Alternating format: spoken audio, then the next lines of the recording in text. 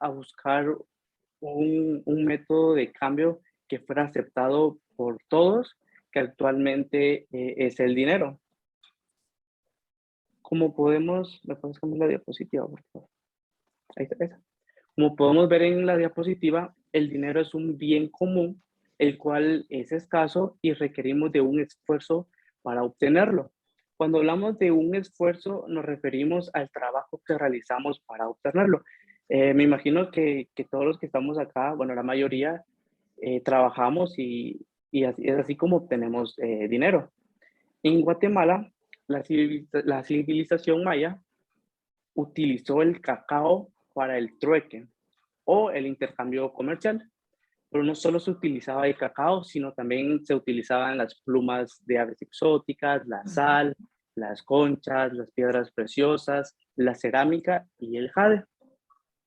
Pero fue hasta el año de 1543 que en Guatemala se pusieron eh, en circulación las primeras monedas metálicas y estas eran más durables que el cacao y también más durables que los otros medios de pago que se utilizaban. En la Casa Real de la Moneda se fabricaron las primeras monedas acuñadas, que acuñadas quiere decir la impresión de una moneda o de una medalla de metal, pero fue hasta el año de 1754 que se acuñaron monedas redondas, que en la actualidad son las que nosotros utilizamos. Ahora nos vamos a remontar hasta el siglo XIX, en el que surgió la banca en Guatemala, con la reforma monetaria y financiera.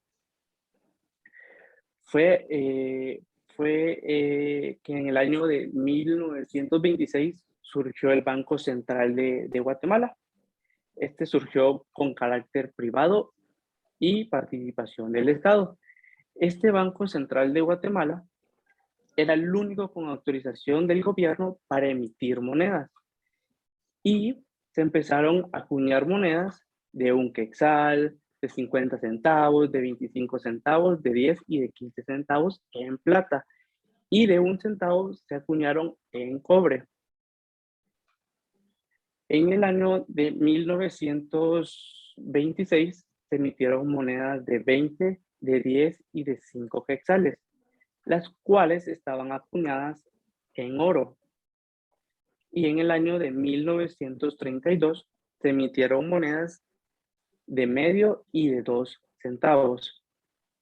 Pero fue hasta el 15 de septiembre de 1948 que el Banco Central de Guatemala emitió los primeros billetes de 50 centavos, de un quetzal, de 5, de 10, de 20 y de 100 quetzales, que los que normalmente conocemos hoy en día.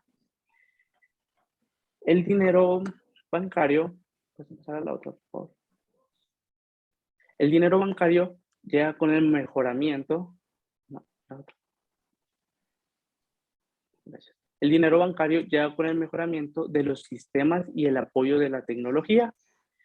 Esto ayudó a que los bancos pudieran emitir papel para sus depositantes, para que pudieran realizar compras o efectuar pagos. Por medio de estos serían los cheques, tarjetas de crédito o de débito, que son los que más comúnmente utilizamos hoy en día.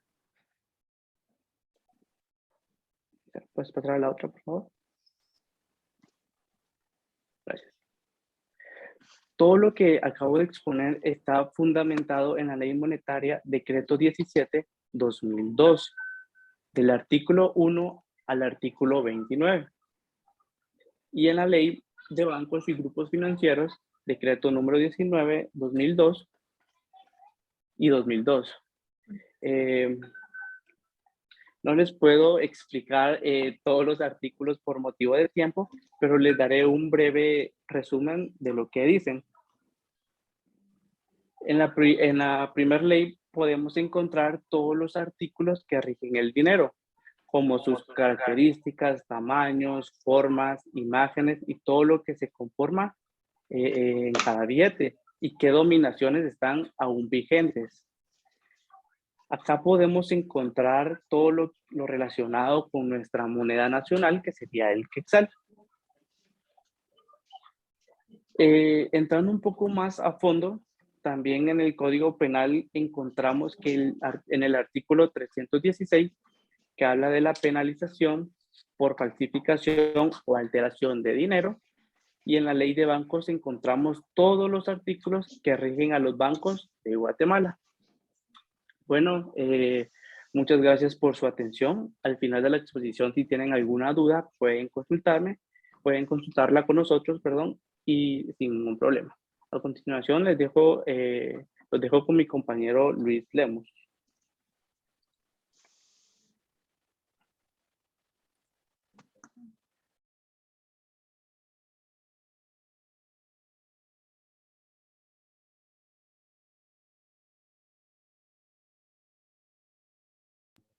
Luis.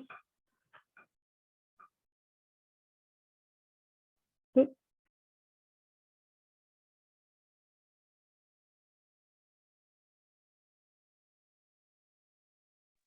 ¿Se les escapó Luis? Tiene apagado el micrófono. Buenas tardes Luis. a todos. Buenas tardes. Buenas tardes a todos. Mi nombre es Luis Lemus, soy integrante del grupo número 1. Mi tema a exponer es las funciones del dinero.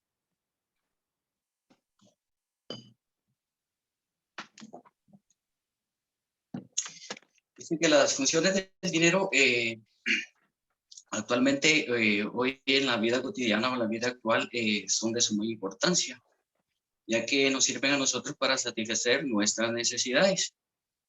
En la sociedad también lo pueden catalogar como el peor mal, y en otros ámbitos lo pueden ver como el mejor bien, ¿verdad? Cuando algunos hacen mención de que es el peor mal, me da a entender, o podemos entender, de que el dinero es codiciado, ¿verdad? Y gracias a ello se dan grandes síndromes, o sea, altas tasas de delincuencia, ¿verdad? Que hay personas que quieren obtener dinero de la manera más fácil. Entonces, a eso es lo que yo entiendo como podemos decir que es uno de los peores males. Y como para decir lo que es el mejor bien en la vida actual, es porque nos ayuda mucho, ¿verdad? De que nosotros sin el dinero no podemos subsistir, ¿verdad? Ya que nos sirve para muchas cosas que nos ayudan a solventar nuestras necesidades. Dice que el dinero también tiene un medio que se llama como de pago, que nosotros podemos realizar ciertas transacciones. Hoy actualmente nos podemos dar cuenta de que podemos hacerlo desde, vamos a decir, de nuestro teléfono, ¿verdad? Perdón, de nuestro teléfono. Lo podemos hacer por medio de tarjetas, y también el medio de pago se puede dar por manera física, ¿verdad? El dinero mundial, perdón, no sé, no. Como unidad de medida, dice que la unidad de medida está catalogada de que el dinero de nosotros es el quetzal, y como acumulación o valor de atesoramiento es la cantidad de dinero que se encuentra o depósitos, ¿verdad? En cambios, o sea, en bancos, perdón.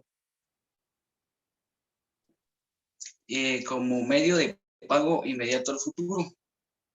Eso nos puede ayudar a nosotros en un futuro a poder hacer mejores sea, beneficios del dinero.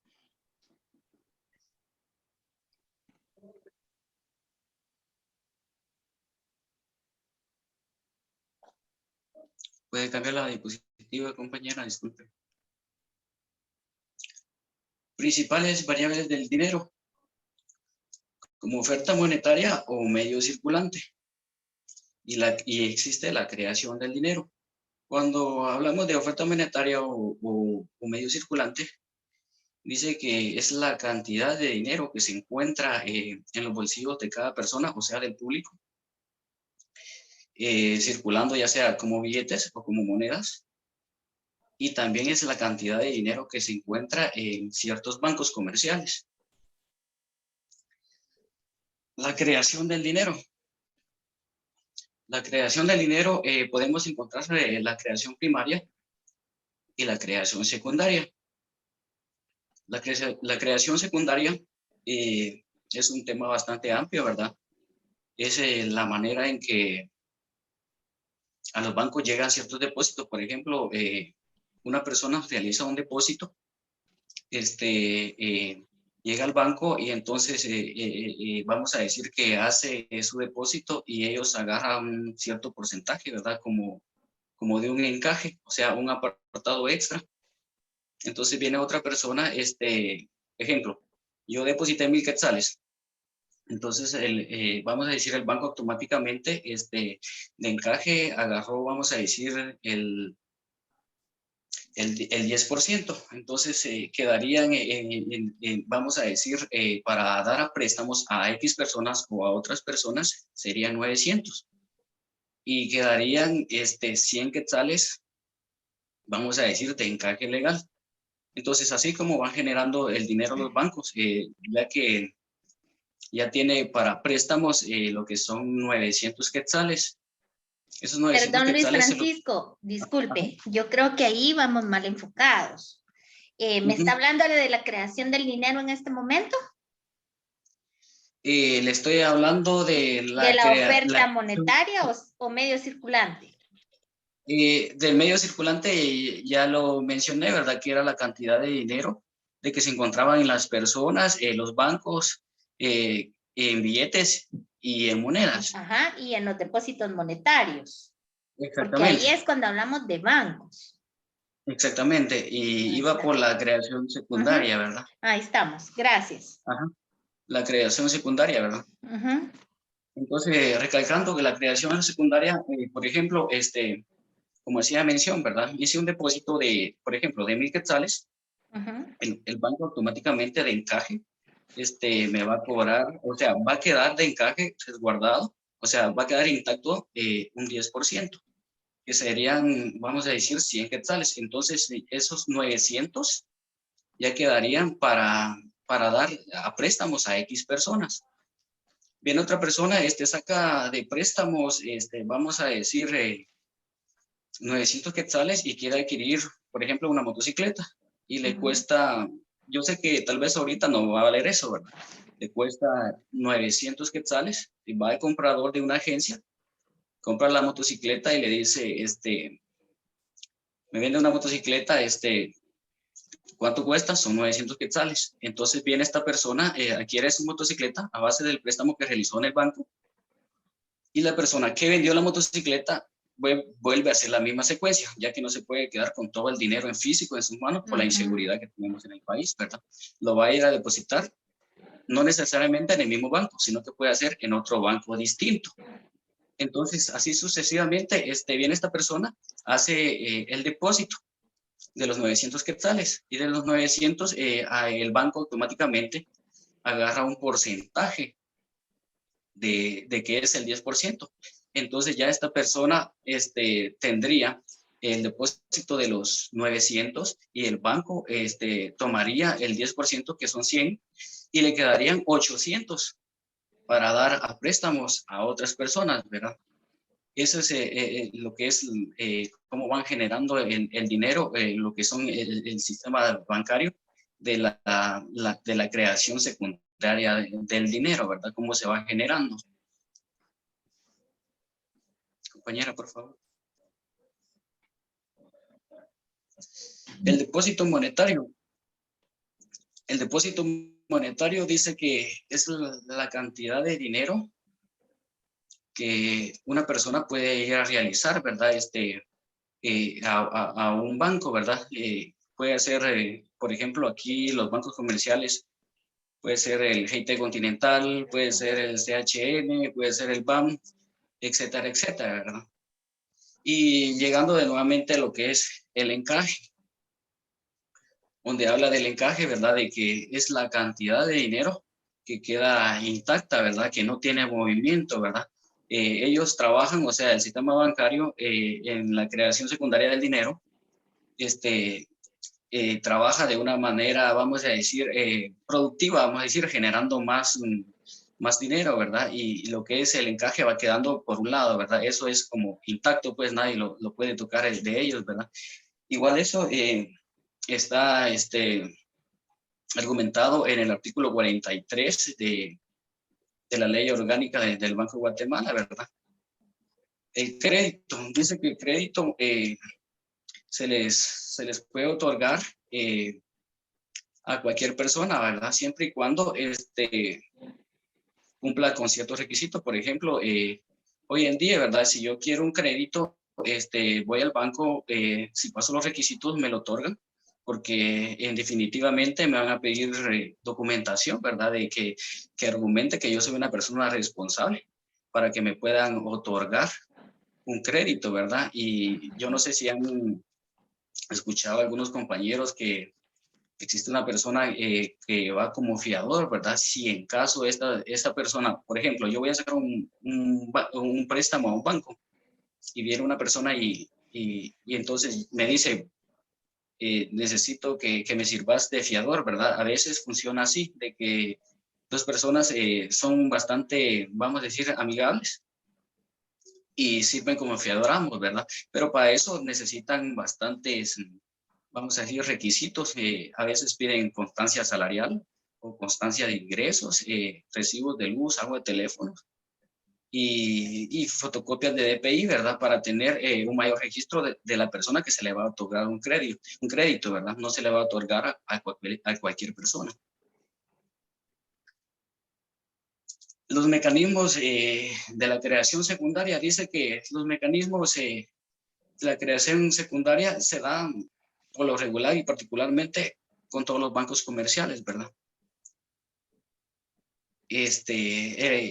La aplicación del encaje legal, las tasas del encaje legal por lo regular en el país, aquí se maneja, en algunos manejan el 16%, en otros manejan el 4%, según el sistema que ellos manejen, ¿verdad? Internacionalmente tiene ciertos movimientos, ¿verdad? Según a los convenios que tengan ellos. Esta ha sido mi exposición. Los dejo con el compañero que continúa, ¿verdad?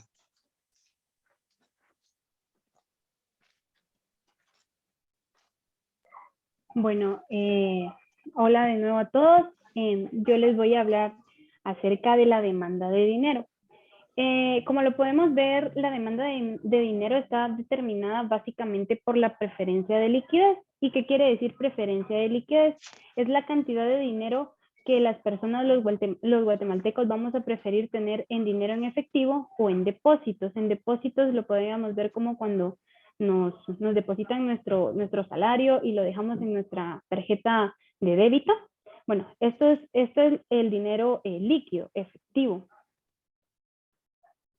Y estos, en lugar de invertirlos en activos como por ejemplo una casa, que lo podemos poner en alquiler y nos puede dar beneficios de ganancias, pues los tenemos ahí como retenidos. La demanda de dinero, la preferencia de liquidez va a estar asociada con la retención de dinero debido a que vamos a tener ese dinero guardado. Pero ahorita vamos a hablar bien de eso.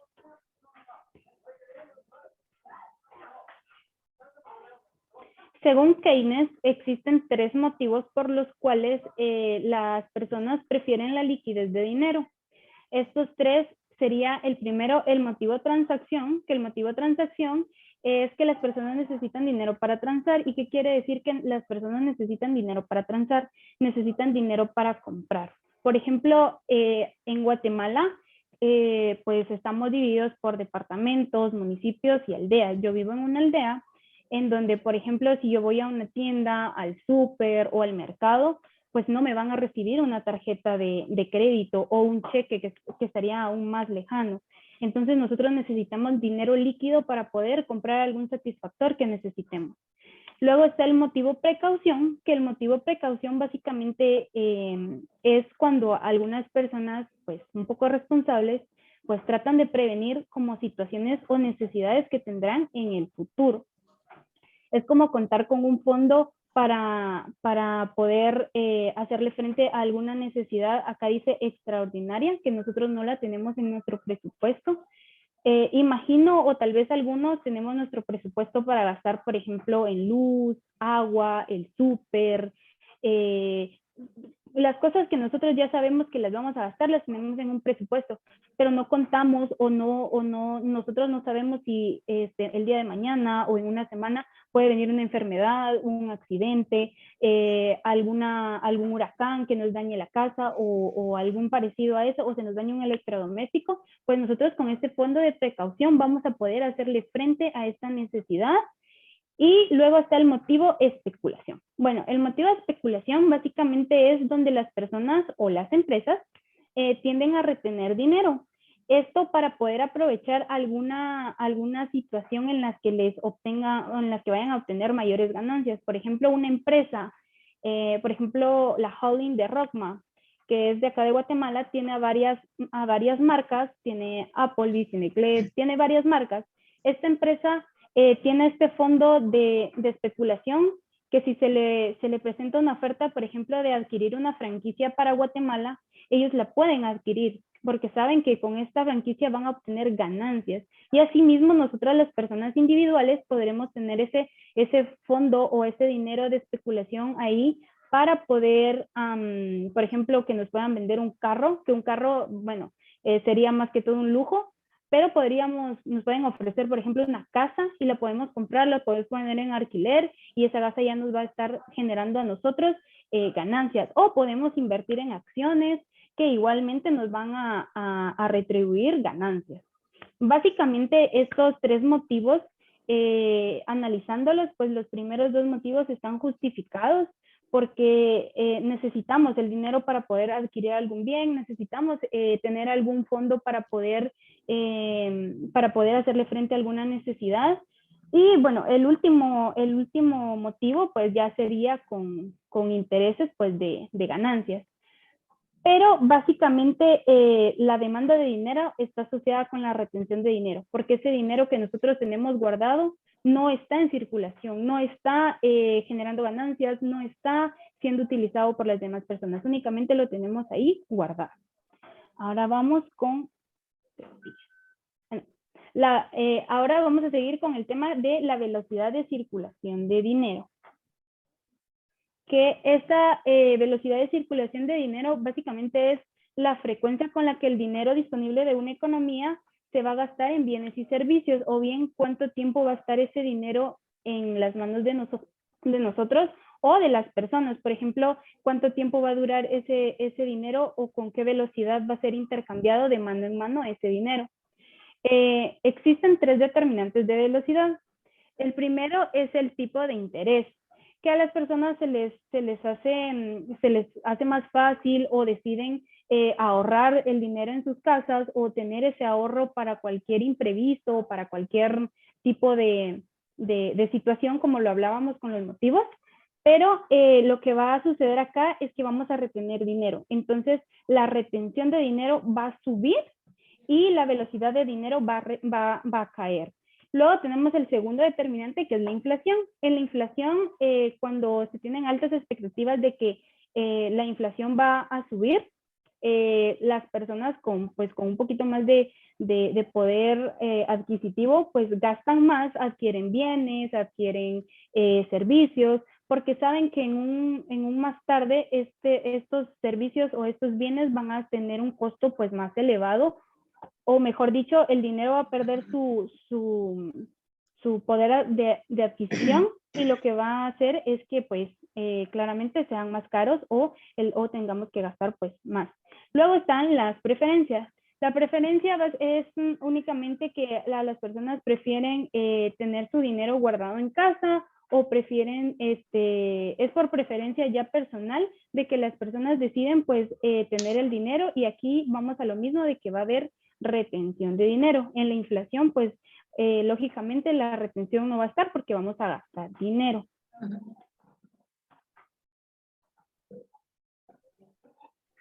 Bueno, Realmente una ley que rija directamente a la demanda de dinero como tal no existe, pero tenemos la ley monetaria, decreto número 17, 2002, la cual habla prácticamente del dinero, que es el tema que estamos hablando, en donde habla cuál va a ser la circulación del dinero, cuál va a estar en vigencia, porque por ejemplo, hay billetes que pues ya no están en vigencia. Esto es el Banco de Guatemala, pues los tiene que retirar del mercado, por así decirlo. Y bueno, esto sería hasta acá mi primer tema. En un momento voy a seguir con un siguiente tema y ahorita los dejo con mi compañero Edgar.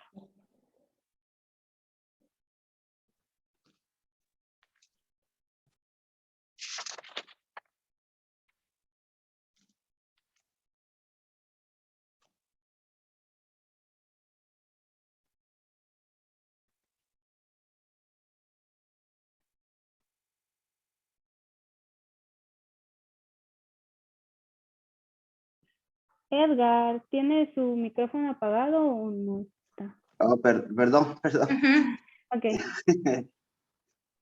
Buenas tardes, compañeros. Buenas tardes, licenciada. Buenas A mí me compete tardes. hablar sobre los recursos financieros.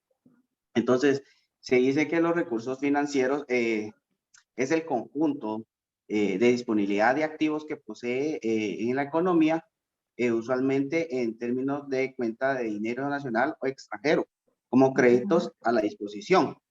¿Qué quiere decir eso entonces? Quiere decir que es el recurso que posee un estado, un país, ya sea una empresa privada, el dinero a disposición para efectuar distintos proyectos, y a la cual estos se dividen en recursos financieros internos. ¿Y qué quiere decir los recursos financieros internos? Estos recursos financieros internos quiere decir que estos son generados en la actividad productiva nacional y contratados en el interior del país, ya sea con los bancos del sistema y de las instituciones de crédito legal autorizados. ¿Qué quiere decir entonces el recurso financiero interno? Quiere decir que es todo lo producido internamente en el país o en el estado que se esté viendo, ¿verdad? También tenemos los recursos financieros externos. Estos recursos financieros externos son los que provienen del exterior como divisas o también llamados como remesas. Son los recursos financieros que una empresa ha obtenido de forma externa para desarrollar su actividad económica y ejecutar nuevos proyectos. ¿Qué quiere decir los recursos financieros externos entonces? Es el dinero que proviene del exterior, del Estado, del país, ya sea a una empresa privada o al Estado. El siguiente, por favor. La siguiente. Ya. El sistema financiero. ¿Qué es el sistema financiero? El sistema financiero está conformado por un conjunto de instituciones que genera o que recogen y que dirigen tal ahorro para la inversión dentro de la unidad política en cuyo establecimiento que se rige de la legislación. Entonces, ¿qué quiere decir este? Ese es el sistema el que procura la inversión dentro de la unidad. El siguiente, por favor. También tenemos los bancos. ¿Qué es un banco? Es una institución de crédito cuyo capital puede ser de origen privado o público con autorización para recibir dinero en forma de depósito o para concederlo en cantidad de préstamos, descuentos, anticipos y para realizar cualquier otro tipo de operación. ¿Qué es lo que dice entonces? Como ustedes sabrán que los bancos nos sirven para ahorrar el dinero y a la vez cuando necesitamos dinero podemos solicitar crédito. Entonces esto quiere decir que nos sirve para nosotros como personas y aparte para las instituciones privadas, que nos sirve para ya sea ahorro o adquirir dinero si necesitamos para algún proyecto o alguna necesidad extra que necesitemos. También hablando de los antecedentes del sistema financiero de Guatemala, se dice que antes de 1924 el sistema era distinto al sistema actual, porque el Banco Nacional Suizo de Ginebra intentó fundar en Guatemala el primer banco en el año de 1864 y se hicieron muchas concesiones para tratar de llegar a crearlo, a cabo ese proyecto, pero fracasaron debido a los prestamistas que se opusieron e hicieron gran presión para que no se lograra llevar a cabo el proyecto, ¿verdad? Entonces ahí se estancaron, pero esto siguió, aunque ellos hayan logrado eso en ese tiempo, a los siguientes años, pues ya se avanzó. Pero también se dice que en ese año, o sea, antes de 1924, la moneda no se llamaba quetzal. La moneda le habían llamado pesos. Entonces, en ese tiempo, el signo monetario no era quetzal, sino que era el signo monetario llamado peso.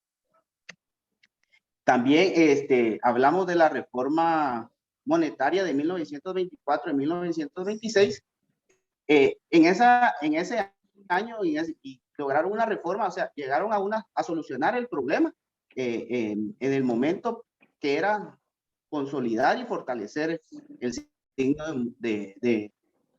monetario, que estaban como que sí, como que no.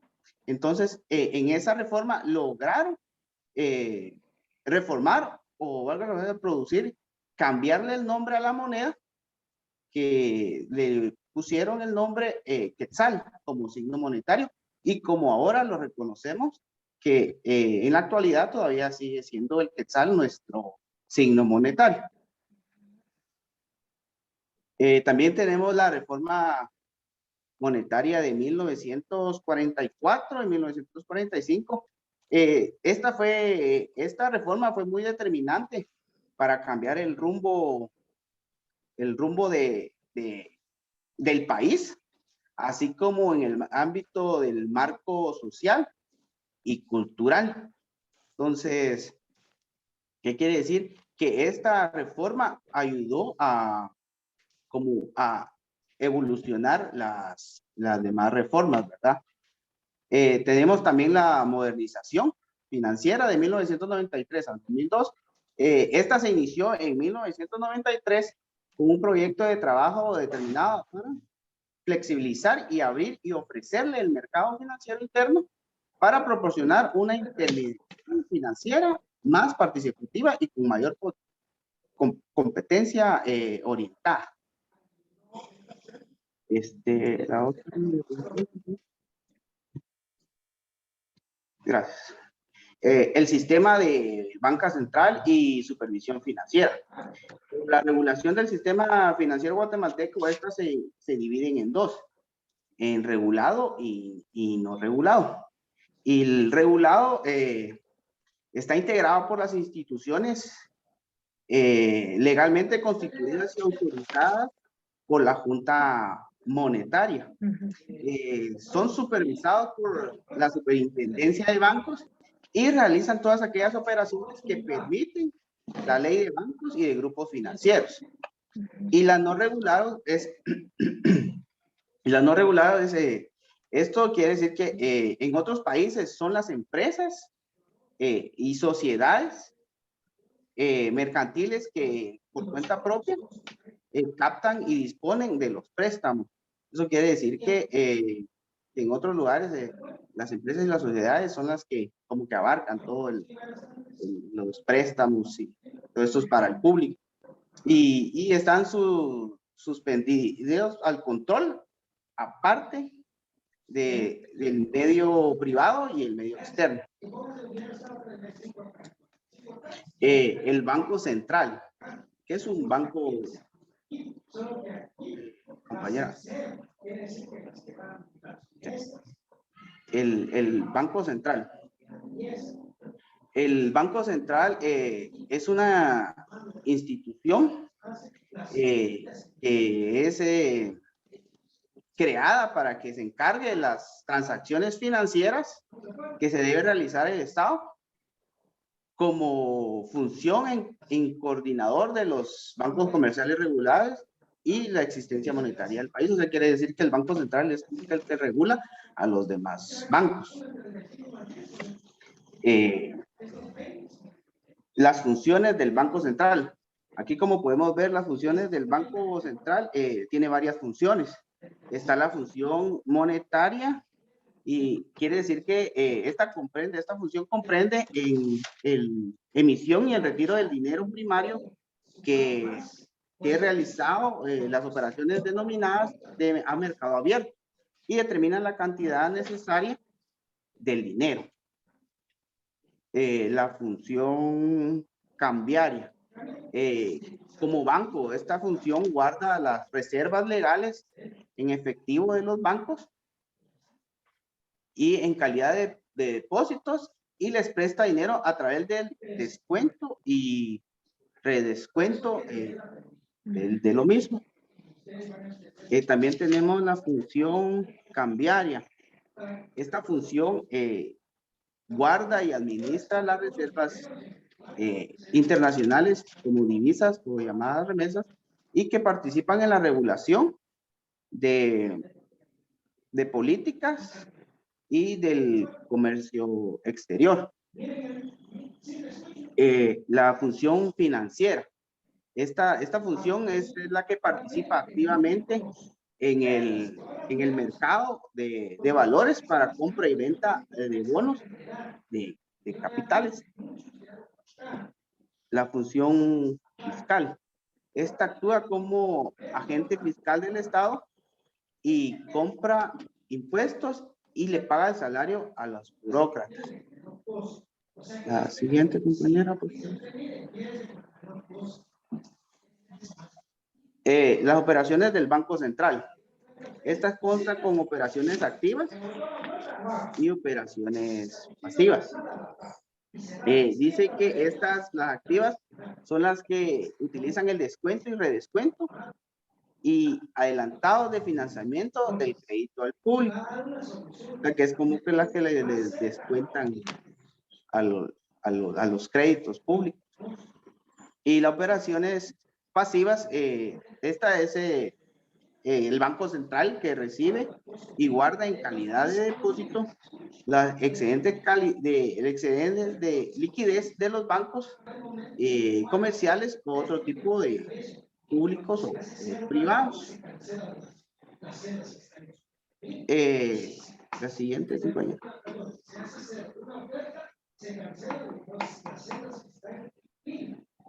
Su estructura y organización del sistema financiero guatemalteco.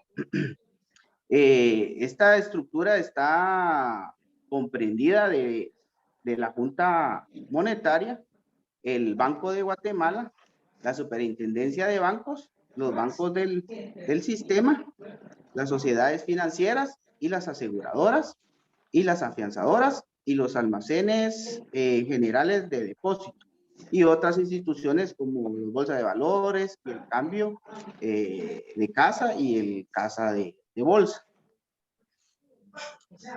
La siguiente, compañero.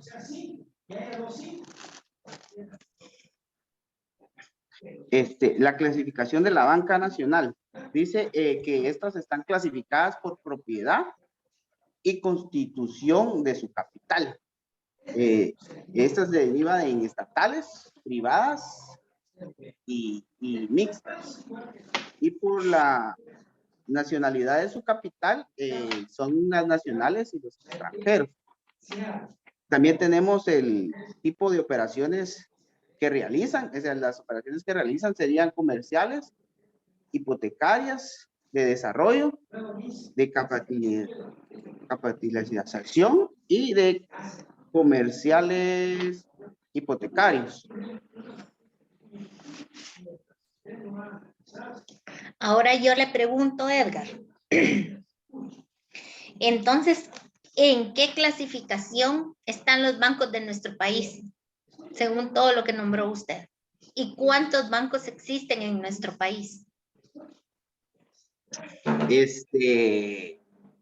Estas están derivadas en los estatales y privados y mixtos, licenciada. Estatales, privados y mixtos. Cuando hablamos de estatales, es porque prácticamente el capital es el del Estado. Y sí existe uno que es el Banco de Guatemala. Ujú. Pero si hablamos de mixtos, es porque hay capital del Estado y capital de entidades privadas. ¿Tenemos esos bancos en Guatemala? Creo que no, licenciada, la verdad no investigué así a fondo sobre eso. Le soy sincero. Vale. Sí existen, pero no directos, ¿verdad? Sino que nosotros con lo que contamos en Guatemala son básicamente con 17 bancos de capital privado y clasificados como comerciales. ¿Por qué? Primero porque sí tenemos más o menos 2 o 3 bancos que manejan dinero de las arcas del Estado, pero ¿para qué? Para hacer transferencias, ¿verdad? Para pagos de salarios de instituciones y así para el manejo. Entonces, básicamente nosotros contamos con lo que es el Ban Rural, con lo que es el Crédito Hipotecario Nacional y en algunas ocasiones ocupan el Banco de Guatemala. Entonces, en Guatemala estamos constituidos por un banco estatal, que sería el Banco de Guatemala, por 17 bancos de capital privado, o sea, comerciales, y 3 que básicamente entre esos 17 también poseen capital mixto.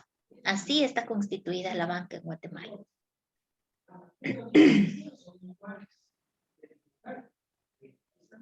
¿Sigo, licenciada? Sí, por favor. Se dice que las principales operaciones realizadas por los bancos comerciales o de otro tipo de públicos o privados está por activas, pasivas y diferenciadas. Las activas son aquellas por las cuales las instituciones bancarias ejercen un derecho en contra de un tercero. Entonces eso quiere decir que como cuando hablamos de los préstamos, ¿verdad, licenciada? Que alguien le sigue de fiador, entonces se van en contra de la tercera persona que sirvió para lo de los créditos. Y están las pasivas, que son aquellas operaciones en las cuales nace una obligación media o inmediata a favor del tercero. Eso quiere decir que está más a favor de la persona que sirvió como fiador, podría decir. Y ahora vean, yo les aclaro esto. Cuando hablamos de actividades activas y pasivas, se refiere al capital que ellos tienen. Primero que nada, cuando hablamos de los activos de un banco, no es todo lo que a ellos les favorece, sino son las obligaciones que ellos tienen para con los clientes. Por ejemplo, los depósitos monetarios, los depósitos de ahorro. Cuando hablamos de actividades pasivas, son aquellas que nacen de una obligación y eso se refiere a créditos. Ahí es. No son las activas los créditos, Edgar, son las pasivas.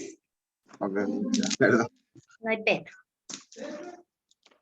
Y las indefinidas son las operaciones que no ejercen ningún derecho ni también ninguna obligación del banco hacia los terceros. Correcto. Y ahí, como por ejemplo, podemos tomar los pagos de la universidad, porque hay un banco que les recibe el dinero a la universidad en lugar de que sea usted el que directamente vaya y le pague al banco. Ahí son esas son las operaciones indiferenciadas. Continuemos. La otra diapositiva. Y está la banca, la múltiple.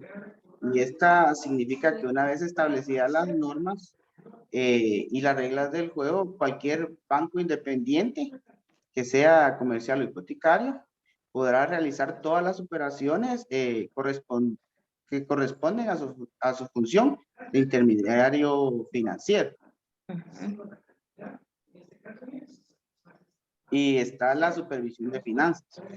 No es de Sí. finanzas, es supervisión financiera. Aparte es finanzas y aparte es la banca. Perdón, licenciada. No te da pena.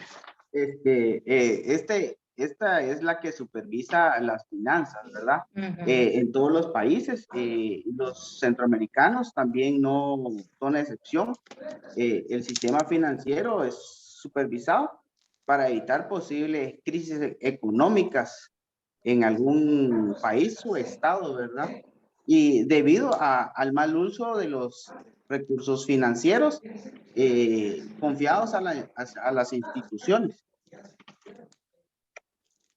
O sea que esto quiere decir que ellos están como para supervisar que no hayan movimientos irregulares para garantizar un buen sistema financiero y que no haya problemas económicos, ¿verdad? Ya. Ujú, correcto. ¿Y quién es el encargado de efectuar esas supervisiones, Edgar?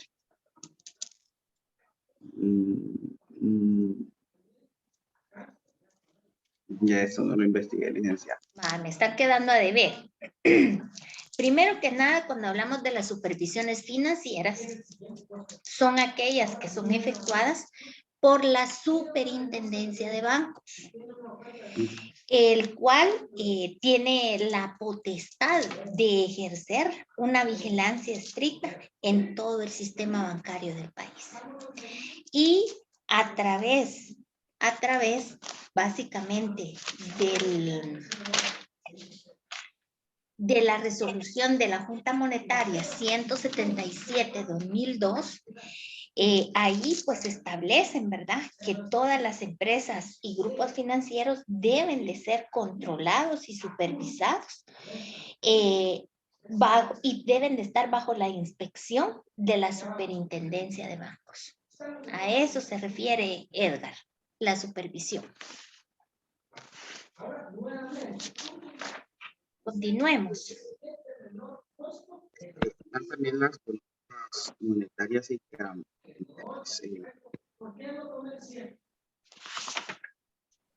Edgar, no se le escucha. Miren, muchachos, ahí les voy a encargar la ortografía en las diapositivas. Supervisión es con S.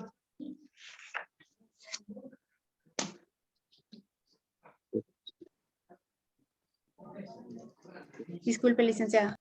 Bueno, continuemos. Creo que no se le Edgar. escucha mucho a Edgar. La otra diapositiva, compañero.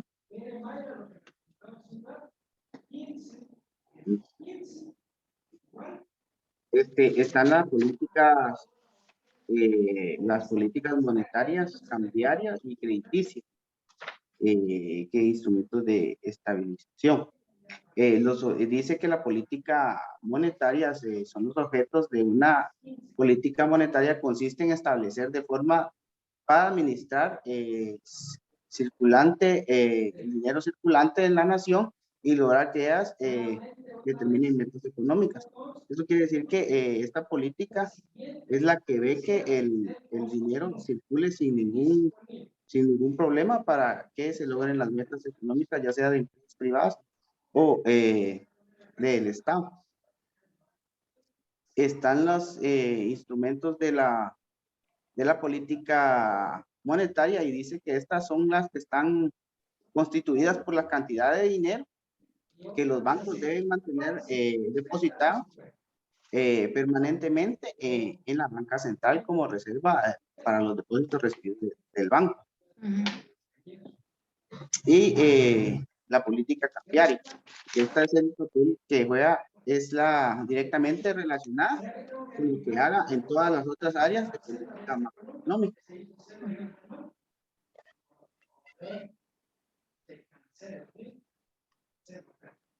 Y la política crediticia.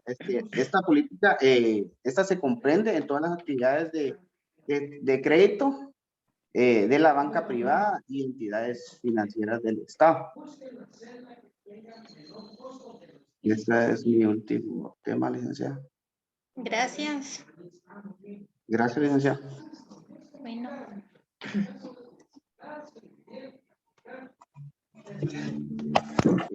Bueno, este sería el último tema que les voy a impartir yo, que es la inflación. La inflación es un tema un poquito complicado, así que les agradecería un poquito de su atención. Voy a tratar de darles ejemplos con los que se familiaricen más para que lo podamos entender. Y bueno, la inflación es en términos reales o más generales para que lo podamos entender de una mejor manera, es cuando el dinero pierde su poder adquisitivo. Lo que quiere decir esto que, por ejemplo, con la cantidad que comprábamos con anterioridad, por ejemplo, con 100 quetzales que nosotros utilizábamos para comprar un súper, que sabemos que pues con 100 quetzales no lo compramos, pero es un ejemplo. Ahora esos 100 quetzales ya no nos van a alcanzar para comprar un súper completo. Ahora nos van a alcanzar posiblemente para comprar la mitad, una cuarta parte o una parte únicamente del súper que anteriormente comprábamos con esos 100 quetzales. O sea que el dinero ya perdió su poder de adquisición. Ahora bien, en Guatemala la principal medida de la inflación de precio es el IPC, que es el índice de precios al consumidor. Esta es la tasa de inflación que nos indica el cambio porcentual anual en el índice, pues, valga la redundancia, del precio al consumidor. Esto se mide anualmente y bueno, más adelantito les voy a dar datos específicos de Guatemala. La inflación tiene sus causas y sus orígenes y esta ha sido estudiada y bueno, los estudios nos han arrojado información sobre que las causas o los orígenes son la conjunción de fenómenos de carácter interno y externo. Acá tenemos algunos de carácter interno y otros de carácter pues externo. En el interno encontramos la reducción de la oferta de bienes o servicios. Esto quiere decir que, por ejemplo, no sé si recuerdan en la pandemia que los primeros días creo que todos los ciudadanos de Guatemala hicimos compras de pánico, que los súper, cualquier lugar donde vendieran pues lo básico para comer, estaban llenos, las colas eran inmensas para poder adquirir lo que fuéramos a necesitar o que fuéramos a comprar para poder tener. Si recuerdan, pues la demanda creció de un día para otro, pues mucho. Y la oferta, pues no estaba tan preparada para esa demanda que se vino. Entonces, por ende, los precios suben porque la demanda es más grande y los oferentes no tienen para poder sufragar esa demanda. Y bueno, no sé si recuerdan, pero habían algunos lugares en donde solo dejaban, por ejemplo, que por ejemplo, el papel, vamos a poner el papel de baño, solo se podían llevar un paquetito por persona que iba comprando porque ya no tenían para poderle vender a la demás población. Bueno, esto es lo que pasa en la reducción de la oferta de bienes o servicios. Luego seguimos con la ineficientes sistemas de comercialización de determinados productos. Acá podemos poner el ejemplo, bueno, esto se refiere a que hay demasiados intermediarios para poder llegar a un consumidor final. Esto lo podemos ver reflejado en la agricultura. Una persona, un agricultor viene y le vende, por ejemplo, un costal de cebollas a un proveedor en 50 quetzales. Este proveedor le vende a un comerciante de la capital este mismo costal de cebollas en 100 quetzales. Y a este comerciante le vende a los comerciantes por ejemplo, de acá de mi aldea, se lo vende a 150 porque obviamente le quieren ir ganando a cada bien que ofrecen. Y ya ese costal de cebolla, pues él ya lo compró en 150, pero él acá le va a tratar de sacar igualmente ganancias. Por ejemplo, lo va a valorar en 200 quetzales y de ahí va a ver en cuánto va a dar cada cebolla, por ejemplo. Nosotros vamos al mercado y compramos la cebolla, pues más cara, ya traemos el precio incluido del proveedor, del agricultor, del comerciante y de este comerciante final. Y los que vamos a sufrir esa inflación, ese costo alto, va a ser el consumidor final, porque pues nosotros como compramos, somos compradores minoritarios, vamos a sufrir con ese precio más alto. Luego están los fenómenos naturales, que en los fenómenos naturales podemos encontrar huracanes, algún terremoto, algún sismo. Pero, por ejemplo, tomemos como base nuevamente la pandemia, que la pandemia sabemos que fue pues en todo el mundo, pero aquí interno a todo el país nos afectó muchísimo. Y en este año del 2020 fue cuando se registró en Guatemala la mayor tasa, el índice de porcentaje de inflación, que fue 4.82% de inflación, que fue el más alto hasta el momento registrado en Guatemala. Esto lo vamos a ver más adelantito para que lo miren con más detalle. Ahora pasamos al externo. En el externo encontramos alta dependencia de la política monetaria internacional, crisis inflacionaria internacional, devaluación o depreciación corriente de la moneda nacional frente a la extranjera. Esto básicamente habla de que pues acá nosotros en sí Guatemala ya no es como el único responsable de que la inflación pues suba, sino que ya prácticamente dependemos en lo externo de los demás países. Por ejemplo, si nosotros queremos importar algo de otro país, por ejemplo de Estados Unidos hacia acá, va a ser mucho más caro poderlo traer al país. Entonces, ese precio nuevamente lo sufre el consumidor final, porque al final de cuentas somos los últimos en que lo compramos y somos los últimos a los que ya trae el precio de importación, ya trae el precio de los intermediarios, ya trae el precio del comerciante que no lo está vendiendo. Entonces, estos son las causas y orígenes que se tienen de la inflación, tanto interno como externo. Según Keynes, existen 3 teorías de la inflación. Les voy a hablar acerca de la principal, que es el esquema de pugna distributiva. En esta básicamente habla la teoría de que la inflación es un problema social que, por ejemplo, cuando el demandante y el oferente, por ejemplo, el oferente ofrece, cuando nos ponía el ejemplo de la licenciada de un lapicero, que nos lo ofrecía 5 quetzales y yo decidía comprarlo como demandante a esa cantidad, pues ya hay un equilibrio ahí y yo pues ya decidí pagar eso por poder adquirir ese bien. Pero existen de otro tipo que es el salario. Por ejemplo, el salario, como sabemos acá en Guatemala, el salario está por debajo de la canasta básica. Entonces, ¿qué es lo que pasa acá? Que las personas, o sea, por la ley está que el salario mínimo está estipulado y claramente no es como que nosotros podamos venir y ver cómo lo podemos cambiar. Esto únicamente se puede hacer a base de sindicatos, de poder hacer, por ejemplo, cuando se manifiestan por el salario o por cualquier cosa, únicamente así podemos hacer que se pueda subir el salario base. Pero ahorita, en estos momentos, acá en Guatemala, el salario bajo está por debajo de la canasta básica y aquí lo que sucede es que hay una contracción de la demanda. No sé si recuerdan, estos temas ya no lo dio la licenciada. Aquí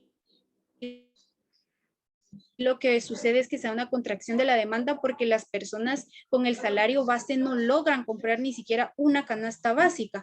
Entonces, lo que sucede es que las personas van a comprar lo necesario, va a ser poco y van a tratar de ahorrar para poder tener dinero, porque si lo gastan todo, pues como lo veíamos al principio, tenemos que tener ahí un fondo para precauciones, para todo ese tipo de cosas, por ejemplo, para comprar algo que nos haga falta que no lo tomamos en el presupuesto. Bueno, existen tipos de inflación. Está la inflación latente, que esta está disimulada, pero está ahí la inflación. Está la inflación abierta, que la inflación abierta, esta sí es visible. Está la inflación, galopante o hiperinflación, que esta básicamente se da diariamente esta inflación va subiendo. Y la importada, que era lo que hablábamos sobre el exterior del país. O sea, ya no estamos hablando de internamente de Guatemala, sino que ya estamos hablando internacional, que ya nos afecta, por ejemplo, lo de otros países. Ahora vamos a pasar a los efectos de la inflación. Los efectos de la inflación está el nivel de vida, los ingresos, la ocupación, la balanza de pagos, el producto geográfico bruto, y básicamente todo se resume a que mientras la inflación sea más alta, va a haber menos consumo, porque el dinero ya no nos va a alcanzar para poder comprar más bienes, más servicios. Y en el nivel de vida lo podemos ver, la población tiende a consumir menos. Por ejemplo, antes nos gustaba, por ejemplo, comer solamente cosas orgánicas, que como sabemos las cosas orgánicas, la comida orgánica es más cara. Ahora que el dinero ha perdido su poder adquisitivo, nos va a tocar que comprar las cosas comunes que encontramos en el súper, que no son orgánicas, que son más económicas. Entonces el nivel de vida baja. En los ingresos, la población económicamente activa sufre la disminución del poder real de compra de su dinero, que es lo mismo que hablamos. O sea, las personas van a perder ese poder de compra con su dinero, porque el dinero se devalúa. En la ocupación, los consumidores tienden a comprar menos porque el dinero no les alcanza. Prácticamente, como lo podemos ver, el dinero interno pierde su poder adquisitivo.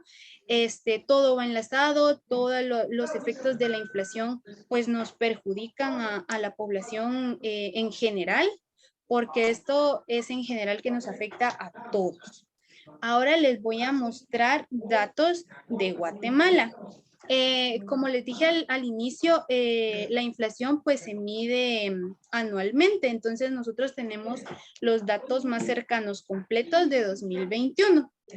Dice que en el 2021 se registró una inflación, se los dejo acá por si le quieren tomar una foto o algo para que lo tengan presente, pero dice que en 2021 se registró una inflación mensual del 0.17%, con un ritmo inflacionario del 3.07% y una acumulación, o sea que cerramos el 2021 con una acumulación del 3.07%. Esto del 2021, estos datos representan una desaceleración con respecto al 2020, que era lo que yo les comentaba al principio, que en el 2020 tuvimos la tasa de inflación, más alta históricamente, con un 4.82% de inflación. Esta información yo la saqué del Instituto Nacional de Estadísticas, INE, por si les da curiosidad ir a ver, pues pueden buscarlo en internet. Aparece así tal cual, Instituto Nacional de Estadísticas. El índice, bueno, estuve investigando también para poderles traer unos datos más actualizados y encontré que el índice de precios al consumidor, IPC abreviado, de Guatemala, el 28 de marzo publicó que se registró una variación del 2.98% en febrero. O sea que estos datos del 2.98% es de febrero comparado con el año 2021. Entonces, podemos ver, este dato no es como que digamos, con 2.98 vamos a cerrar el año, porque no, es un dato que tenemos hasta febrero.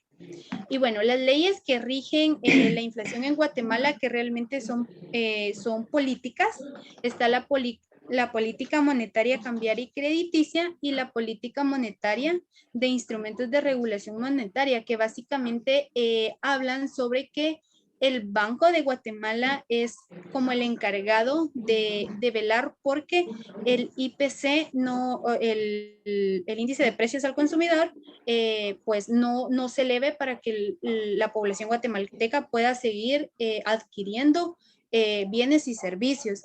Y son los encargados de regular que lleguemos a la meta de la inflación que tenemos anualmente. Estas políticas monetarias pues están constituidas por la Constitución Política de la República de Guatemala, que como sabemos es nuestra ley suprema, no hay otra ley que la pueda contrariar.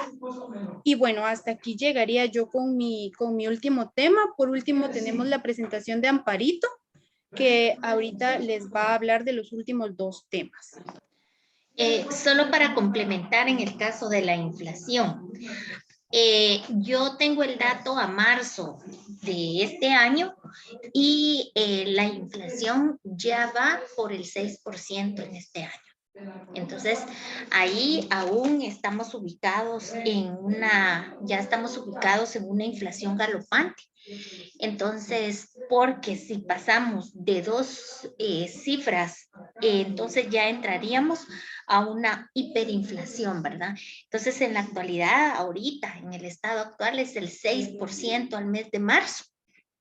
Y estamos en la fase, en la clase, ¿verdad? De la inflación galopante. Ahí estamos ahorita. Muchas gracias, licenciada.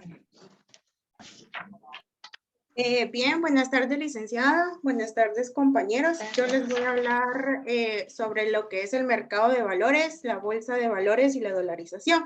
Voy a tratar de resumir un poco porque la verdad ya estamos cortos de tiempo y mis temas son bastante extensos. Y quiero recalcar también que toda la exposición está basada en nuestro país, que es Guatemala, como ya sabemos. Voy a empezar hablándoles sobre lo que es el mercado de valores, que como bien sabemos también es conocido como un mercado bursátil. Es aquel en el que se desenvuelven, esto quiere decir que realiza o ya sea que ejecuta una negociación de valores, ya sean títulos, pueden ser papeles que representan un valor de dinero, etcétera, donde se realizan compras y ventas de valores. Pero la bolsa, más que todo, la bolsa es el recinto o el instrumental logístico y tecnológico. Este no compra ni vende, sino que solamente fomenta el desarrollo del mercado, pues es el medio de enlace entre lo que se necesita.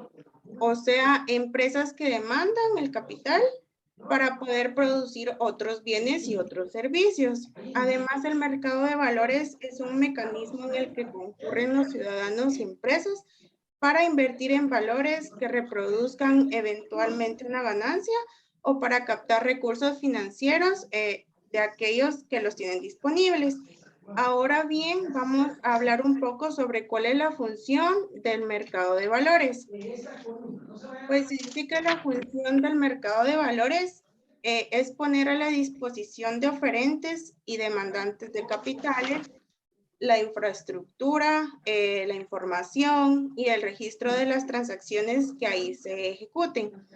Es un mercado más de la economía en la que se negocia dinero, ya sea representado por un medio de instrumentos de crédito o por un título de valor. Su función principal es la que representa la compra o venta de los inversores frente a otras sociedades agentes de bolsa. Vamos a hablar también un poco sobre el mercado bursátil. Pues como bien lo decíamos, el mercado de valores también es conocido como un mercado bursátil. Entonces acá se nos dice que un mercado bursátil es eficiente si, primero, participan muchos compradores, y muchos vendedores. Segundo, no hay bloqueos para el ingreso o salida. ¿Qué quiere decir esto? Que cualquiera que desee negociar valores puede entrar o salir del mercado. Esto sí, siempre y cuando haya cumplidas ciertas normas, las casas de bolsa, los agentes económicos deben estar registradas y los corredores, que son los delegados que las representan, también. Y número 3, existe información completa, inmediata y disponible. Todos tienen acceso a la información y deben de estar bien informados además, pero nadie puede predecir el curso futuro del mercado, pues todos van a correr los mismos riesgos. Siguiente, por favor.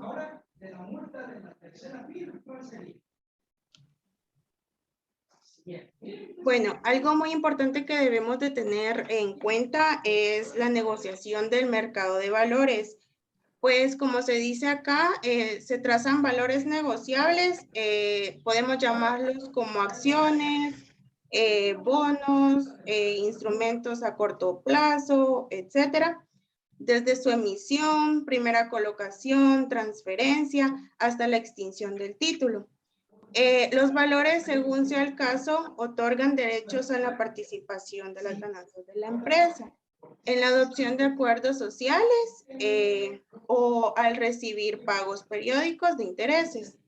Lo interesante es que el mercado de valores ofrece diversas alternativas de financiamiento e inversiones, además de acuerdo a las necesidades que puedan tener los emisores o los inversores. Ahora bien, debemos de tener en cuenta también el mercado de renta variable y las inversiones en el mercado de valores. Pues en el mercado de renta variable, como podemos ver acá en la diapositiva, se nos habla sobre la diferencia del sistema bancario. El mercado de valores ofrece a las empresas dos grandes mercados para captar recursos. Está el mercado de acciones, que es la renta variable, y el mercado de deuda. Especificándonos en el mercado de renta variable, esto nos quiere dar a entender prácticamente que permite a las empresas captar recursos a cambio de la entrega de acciones de la empresa.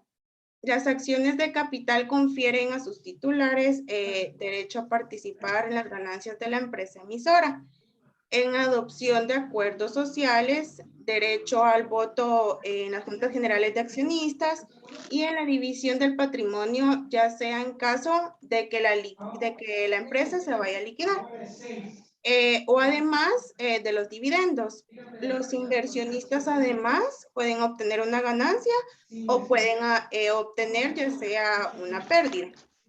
Ahora bien, las inversiones en el mercado de valores, se nos dice que en principio cualquier persona con un excedente de dinero puede invertir en títulos en el mercado de valores, ya sean acciones e instrumentos de deuda, con el objetivo de obtener una rentabilidad por su inversión. Para ello, deben contar con información necesaria para realizar una buena inversión, mientras que un ahorrista que deposita su dinero en un banco solamente, como por ejemplo, solamente requiere información acerca de la tasa de interés, los costos de mantenimiento de esa cuenta, o en algunos casos, de las condiciones para retirar su dinero, cancelar el depósito. Pero para invertir satisfactoriamente en el mercado de valores se necesita muchísima más información. Esto es así porque el inversor ya no va a ser el banco, sino que va a ser la persona que está invirtiendo en el mercado de valores, y entonces él es el que, esa persona está corriendo el riesgo de tener pérdida o de tener ganancia. Ahora bien, hablando con el segundo subtema, que es la bolsa de valores, como podemos ver acá, nos dice que son instituciones que proveen. Instituciones que proveen prácticamente un lugar, ya sea una infraestructura física, técnica, tecnológica, así como otros medios y recursos para que se reúnan muchos compradores y vendedores de medios de pago, ya sean títulos o papeles valorizados o autorizados. Esto es con el objeto de realizar abundantes transacciones, como bien los decía, bursátiles, dentro de un mercado que sea confiable, informado y sobre todo eficiente. Los agentes de dicho mercado son las casas de bolsa, pero nos vamos a preguntar qué son las casas de bolsa. Pues las casas de bolsa dicen que son entes independientes que actúan por encargo y bajo responsabilidad de su cliente. Pues el cliente puede ser un inversionista, ya sea, llamémoslo así, una persona que posee un capital y desea maximizar su utilidad colocando dicho dinero en la bolsa bajo cierta garantía, o bajo cierto plazo, o bajo cierta tasa de interés. Pero hablando de interés, ¿puedes cambiar, por favor?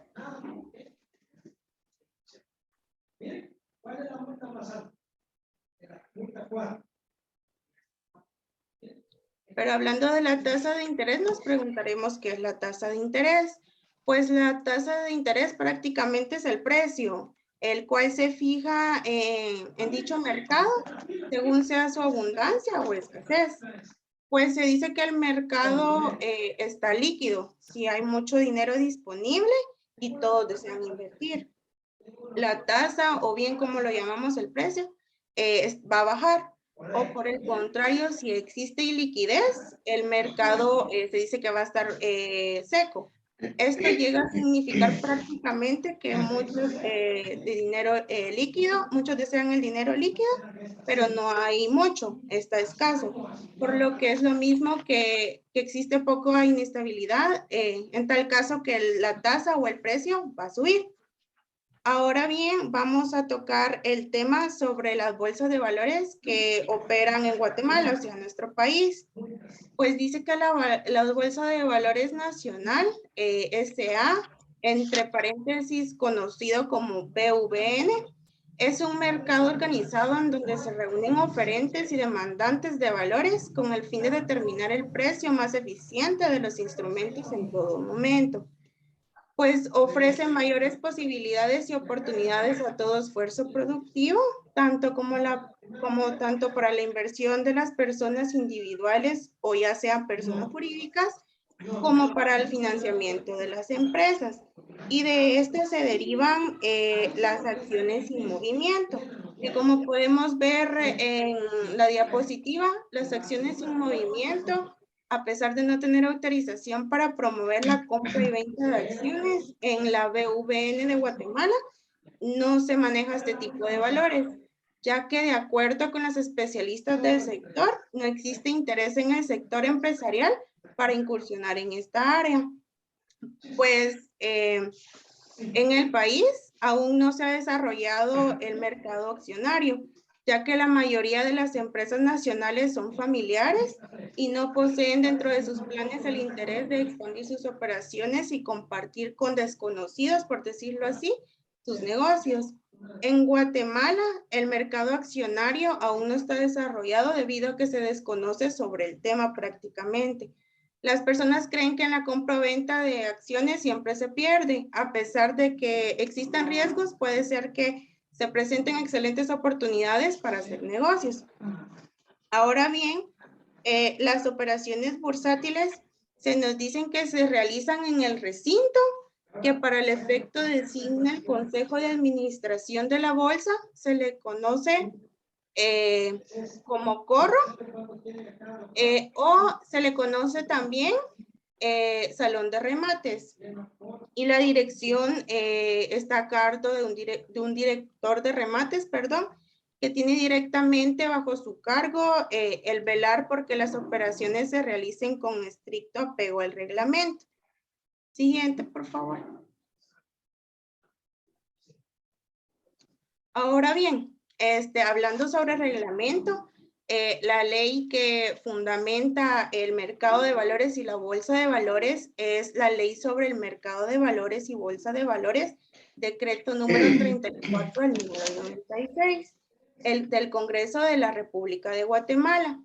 Pues bien, no les voy a dar detalladamente lo que son cada artículo porque son más de 50 artículos, entonces no nos alcanzaría el tiempo. Pero prácticamente en esta ley se da a conocer lo que son las normas que deben de tener en el mercado de valores, en la bolsa de valores, cómo se puede participar, también qué es lo que no se puede hacer al momento de estar en el área de mercado de valores. Siguiente, por favor. Ahora voy a tocar ya el último tema, que es sobre la dolarización, que como se nos dice que es el concepto que se deriva del nombre de una moneda extranjera, particularmente llamada el dólar, y como sabemos es estadounidense. Implica transformar o traducir a términos de una moneda dura, aquella que por su valor, por decirlo así, el poder de compra no se modifica sustancialmente en el tiempo, pero los precios de todos los factores de la producción, ya sea los recursos naturales, el trabajo, el capital, la capacidad empresarial o ya sean los bienes y servicios libremente contratados. Implica legalmente para realizar todas las transacciones en dólares, inclusive el pago de los salarios de los trabajadores. Como bien podemos ver aquí, la dolarización, perdón, puede ser oficial o extraoficial. En la dolarización extraoficial es cuando los agentes económicos realizan la mayoría de las transacciones internas en moneda extranjera y mantienen cuentas corrientes o depósitos bancarios. En la oficial es cuando un país adopta de curso legal la moneda extranjera. Ahora bien, los tipos de dolarización están por su constitución jurídica, que es de facto o de hecho y legal. De facto, de hecho, es cuando, como lo podemos ver como que si fuera de forma ilegal y que no es incurrida por el Estado. Ahora, cuando es legal, está incurrida por el Estado y como bien el nombre lo dice, es de forma legal. Por el tipo de régimen cambiario encontramos realmente fijos como la unión monetaria, la caja de conversación y encontramos los intermedios y los flexibles. Siguiente, por favor.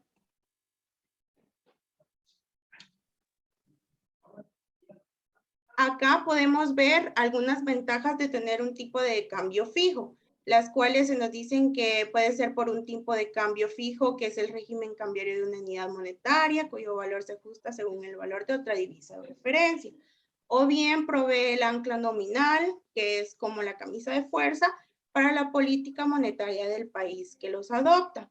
Encontramos algunas desventajas también, que es que se pierde la independencia de la política monetaria, como las crisis económicas que pueden afectar a Estados Unidos. La dolarización no es a la vez necesariamente la panacea que viene a resolver todos los problemas económicos a un país.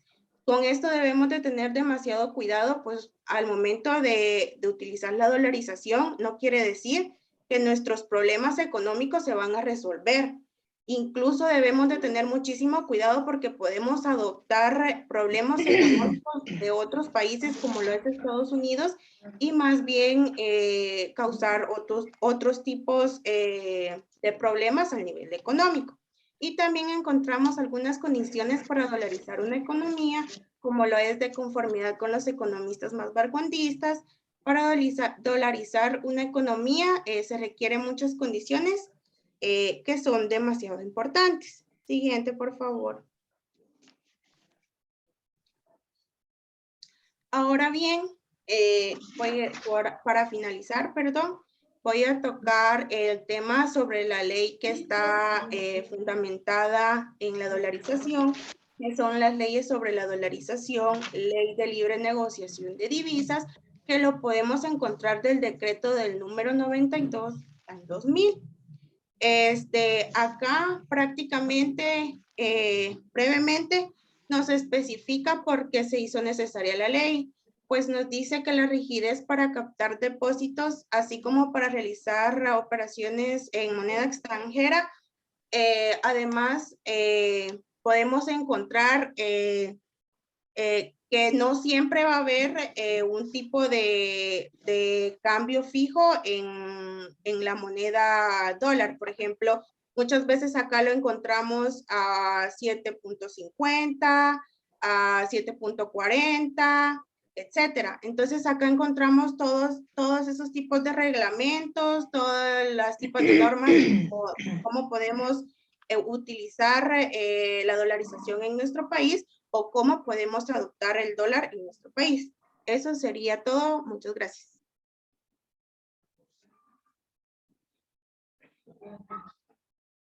Solo para completar, bueno, muchísimas gracias a todos por poner atención. Si tuvieran alguna duda de algún tema, nos las pueden mencionar y con mucho gusto nosotros les respondemos. Licenciada, puedo dejar ya de compartir, ¿verdad? Sí, correcto, ya puede.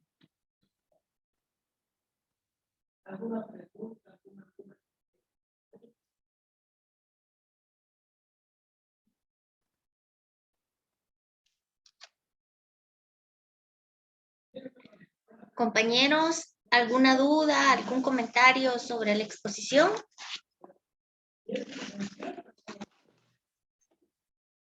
¿No? Todo bien, licenciada. Bueno, de hecho, parte de las de algunas preguntas que estuve haciendo en otros grupos, aquí pues de una vez me las vinieron a dejar y algunas que yo les he complementado. Cuando hablamos de la bolsa de valores, nosotros nos regimos no directamente por una bolsa de valores nacional, porque no tenemos la suficiente capacidad monetaria como para jugar en ese ámbito. Pero también les comento que se trabajan inversiones así pequeñas, ¿verdad? Y que es la Bolsa de Valores Nacional SA. Pero realmente la mayoría de empresas grandes con capitales así gigantes trabajan en lo que es la Bolsa de Nueva York, que es el Wall Street.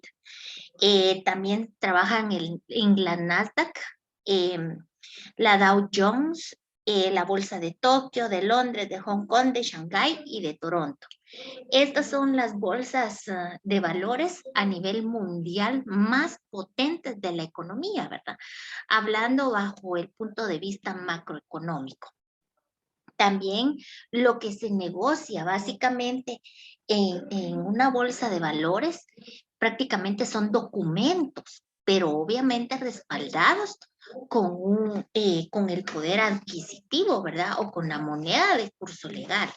Y que en este caso pues es trabajado a través de del instrumento universal de economía, que sería el dólar, ¿verdad? Y básicamente pues para eso nos serviría. También cuando hablamos de la creación del dinero, ¿verdad?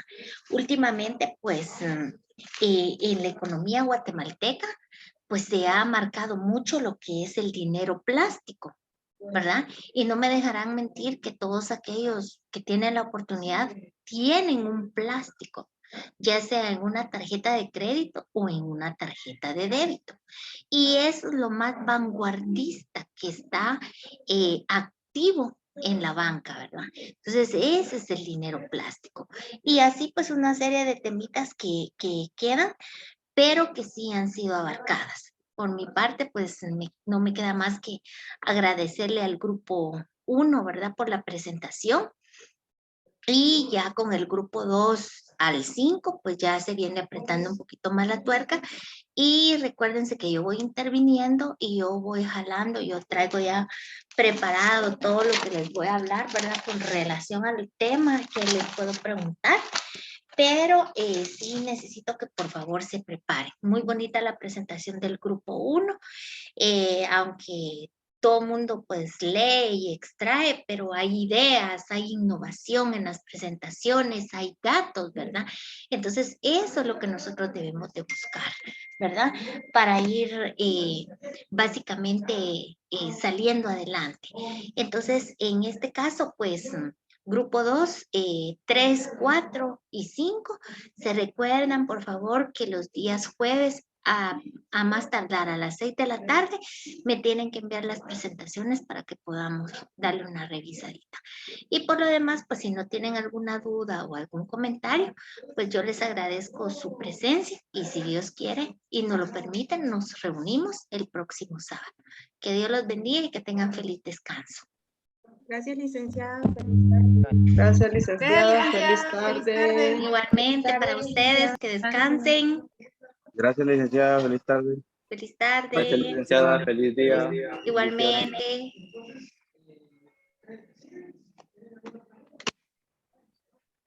Bendiciones.